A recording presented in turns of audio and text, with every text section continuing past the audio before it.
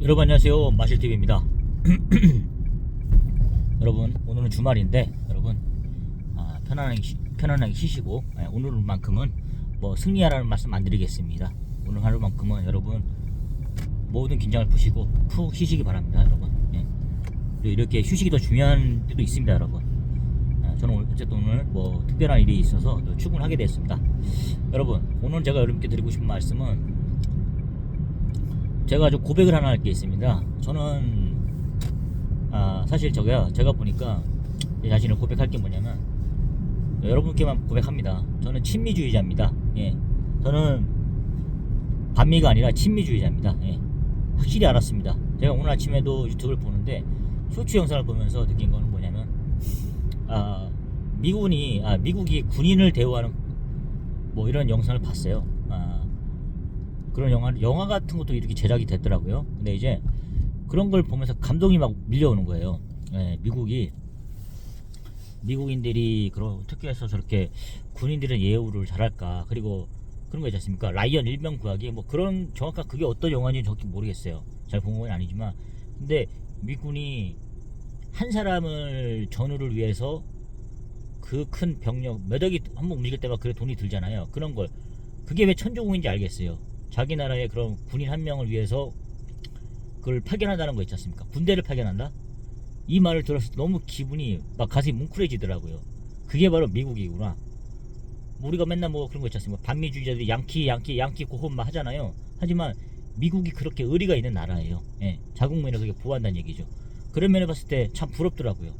부럽기도 하고 외롭지 않다는 느낌 있잖아요. 그 차가운 망망 바다 있지 않습니까? 저는 솔직히 냉동 쪽에서 일을 하다 보니까 가끔 그런 생각을 해요. 아침마다 한 1시간 정도 냉동이 들어가거든요. 처음에는 여기 들어오기 전까지는 제가 정확한 어떤 회사를 들었는지 말씀을 안 드리겠습니다. 고민을 많이 했어요. 한 4군데를 합격해놨는데 전에 다닌 화장품회사 편한 건 알았기 때문에 동종업계로 취업을 했어요. 거기 갔는데 어쨌든 거기서 있었으면 잘 편하게 있었겠죠. 근데 이제 전산이 좀 안 돼가지고 또 나이 어린 뭐 한 6살 어린 그 사람이 선임이라 갖고 나오게 됐지만 걔 결국 한 4군데를 다 돌아보고 나서 결국 이쪽에 왔어요. 근데 피한 거죠. 혹시 이거 냉동입니까? 물어봤죠. 냉동도 있고 상온도 있고 실온도 있다는 그러는 거예요. 저는 이제 좀 냉동을 한 번도 해본 적이 없다 보니까 좀 걱정이 된다. 근데 이제 말씀하시더라고요. 그쪽 성분님께서 저를 좋게 보셨나봐요. 전화가 계속 와가지고 약간 뭐 사정 아닌 사정하는 거예요. 오라고. 그러니까 저는 다른 데다 경험해봐야 되니까 일단 혹시 모르니까 보험용으로 그럼 한 달 정도만 기다려 주십시오 이렇게 했어요. 근데 결과적으로는 한 달 후에도 사람 혹시 채용이 됐습니까? 물어봤죠. 다른 데 갔는데 다 아니다 싶은 거예요. 그래서 오라고 내일 당장 출근해야 되겠습니다. 이렇게 결국 오게 된 거예요. 그러다 보니까 그 냉동이라든가 그런 추위에 대해서 어느 정도 전에 회사에서 막 10년 동안 갈고 닦았지만 정말 여기가 제일 춥더라고요. 그러면서 냉동이랑 얼마나 추운 곳이 알겠더라고요. 그래서 느낀 건데 정말 이 냉동 창고 있으면 정말 이거 이러다가 저체온적으로 죽겠다. 그 생각도 막 상상을 해봤어요. 내가 만약에 어떤 모함에 의해서 갇혔다 그랬을 때 이거 과연 나갈 수 있을까? 내가 살아서 나갈 수 있을까? 이 생각도 해보게 되더라고요. 이 추위에서. 아무리 내가 따뜻하게 끼었다 하지만 이게 만만치 않겠다. 정말 철저하게 추위에 대비했지만 그런 생각을 했어요. 이제 정말 그렇게 외롭게 죽을 수도 있겠다 이 생각을 했는데 근데 이제 그 미국이란 나라 갑자기 그런 생각이 들었어요. 미국이란 나라에서는 정말 내가 위기에 처했을 때 버리지 않겠구나. 근데 이제 문재인 씨는 그때 버렸잖아요. 우리 서해 공무원이 차가운 바다에서 있지 않습니까? 북한을 넘어갈 때 그리고 버렸고 그리고 북한 맨날 얘기하는 게 북한 팔아먹잖아 얘네들. 맨날 북한 사랑하잖아요. 북한. 뭐만 하면은 뭐 북한한테 사랑받고 싶어갖고 막 그런 거 있지 않습니까? 하는데 정작 북한에서 내려온 범죄를 저질렀나요? 17명 안 돼 껴가지고 그때 판문제 넘어가는 거 봤죠? 근데 저는 그때 사람이 하는 짓이가 봤어요. 그때 그 정권에 대해서 정말 저기 사람이 할 짓이 아니다. 맨날 입으로는 민주 떠들고 하는데 인권, 사랑, 평화, 환경, 에너지 부르짖지만 그들에게 진짜 인권이 있는 건지 그게 묻고 싶었어요. 그들이 맨날 그렇게 말하지만 겉으로는 말하지만 속으로는 성추행 그리고 여성 뭐 이런 거 기득으로 듣습니까? 돈, 명예 이런 거 쫓아가잖아요. 그러니까 저는 그 위선자들이 너무 싫더라고요. 예. 상관없어요. 막 겉으로 욕을 해도. 하지만 위선자들, 예, 뒤로는 엄청 부자가 되고 있잖아요. 장경태 같은 사람 보십시오. 저 그럴 때마다 화가 나더라고. 그래서 당장 그 회비도 걷어들였어요. 예. 친구가 도와달라 했지만 못하겠더라고. 예. 도저히 그쪽에 돈을 낼 수가 없었어요. 예. 그게 바뀌지 않은 이상 저는 한 푼도 뭐 당원 가입으로 해서 내 생각이 없더라고요. 그렇게 됐어요. 어쨌든 말인 것처럼 저는 그렇게, 예, 이렇게 안아주는 미군들, 예, 그리고 버리는 자기 정치적 이념이라든가 자기 이익에 따라서 그게 대통령입니까? 하는 소리가 그겁니까? 예, 범죄에 전려서 맞다? 당신이 그렇게 당신 나라가 하늘나라에서 천벌받을 겁니다. 그렇게 인권을 무시하는 인권 얘기하는 사람이 그 사람들 인권이 있잖아요. 차라리 우리나라 교도소에 갖다 놓고 이렇게 하는 게 낫지. 꼭 가면 죽을 줄 아는데 그 사람들 봤죠? 안개 낀 사람들을 그냥 우리 나도 예전에 기억이 나는 게 뭐냐면 강아지들 있죠. 강아지 애들은 우리 진짜 잔인하게 잡아먹는 거 봤어요. 눈 가리고 이렇게 하는 거 봤거든요. 방망이를 때리는 거 어릴 때 그 충격이 너무 아직도 기억이 나요. 친구 아버지가 그 강아지 잡아먹을 때 그렇게 하는 거 봤어요. 그거를 느낀 게 개끄스리에서 봤죠. 그때가 1989년도 이럴 때였죠. 제가 88년도에 위에 올라왔으니까, 예, 그 당시였어요. 예. 35년 전 얘기죠. 예. 그러니까 그래도 본능적으로 안다고요. 그래서 막 그 판문점 있잖아요. 안 넘어가려고 막 강아지 개 끌려가듯이 이렇게 사람한테 표현하면 안 되지만 그런 모습을 봤거든요. 아직도 그 장면을 기억합니다. 예. 얼마나 문재인 씨가 김정은한테 비위 맞추려고 살살 거렸습니까? 그런데 그렇게 사람들 김정은한테 살살 거리는 것만 중요하죠. 그들의 목숨은 중요한 게 아니죠. 미군 보십시오. 군대로 움직이잖아요. 한 사람을 구하기 위해서. 예. 그게 바로 천조국이라는 겁니다.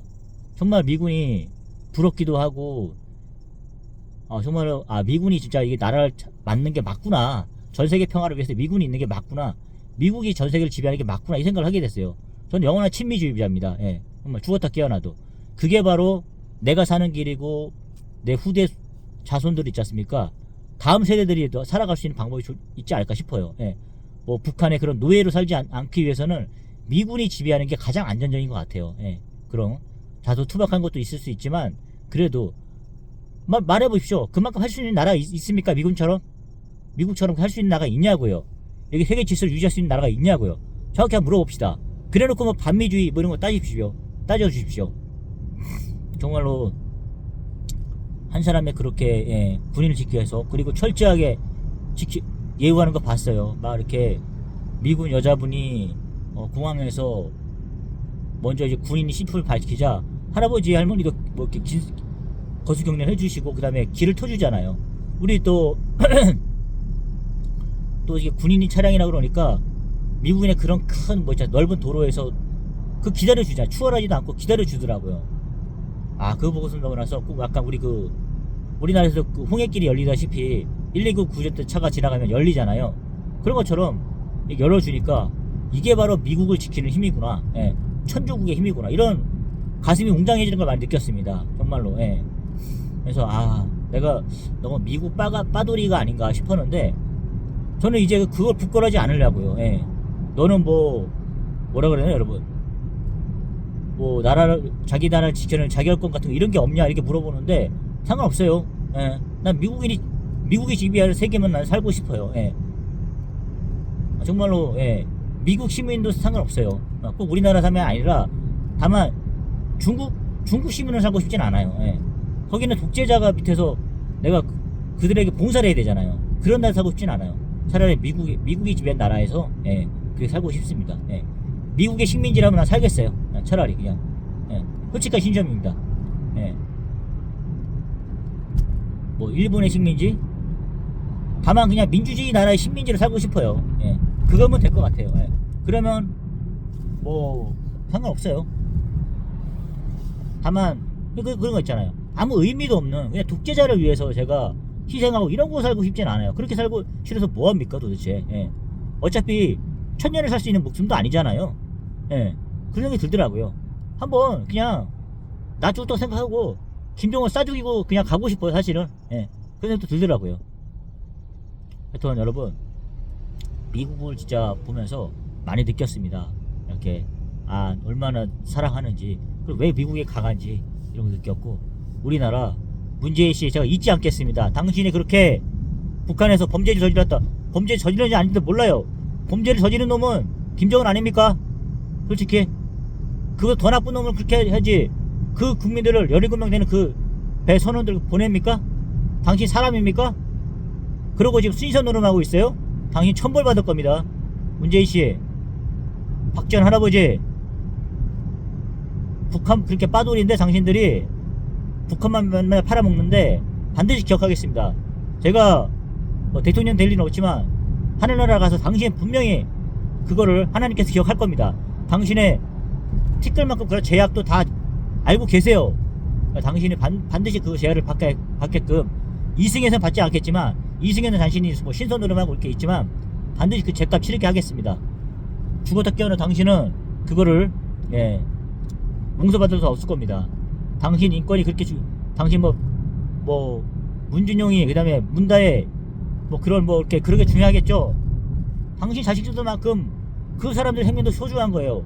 하나님이 주신 운명 아닙니까? 근데 그거를 독재자 김정은의 손에 넘겨요? 네, 반드시 기억하겠습니다. 문재인 씨. 그때 보면 이재명 대통령 더 나쁜 사람이 당신이에요. 알아요? 이재명 대통령 사람 솔직하잖아요. 투박하긴 해도. 더 나쁜 사람은 문재인 씨입니다. 반드시 기억하겠습니다. 제가. 여러분, 제가 좀 문재인 생각하니 갑자기 화가 나가지고 죄송합니다. 여러분. 흥분했습니다. 자, 오늘도 릴렉스하고 다시 일을 가겠습니다. 여러분. 하여튼 여러분, 오늘 하루도 아주 차분하게 또 시작할 하루가 되었으면 좋겠습니다. 여러분 사랑합니다. 여러분 감사합니다.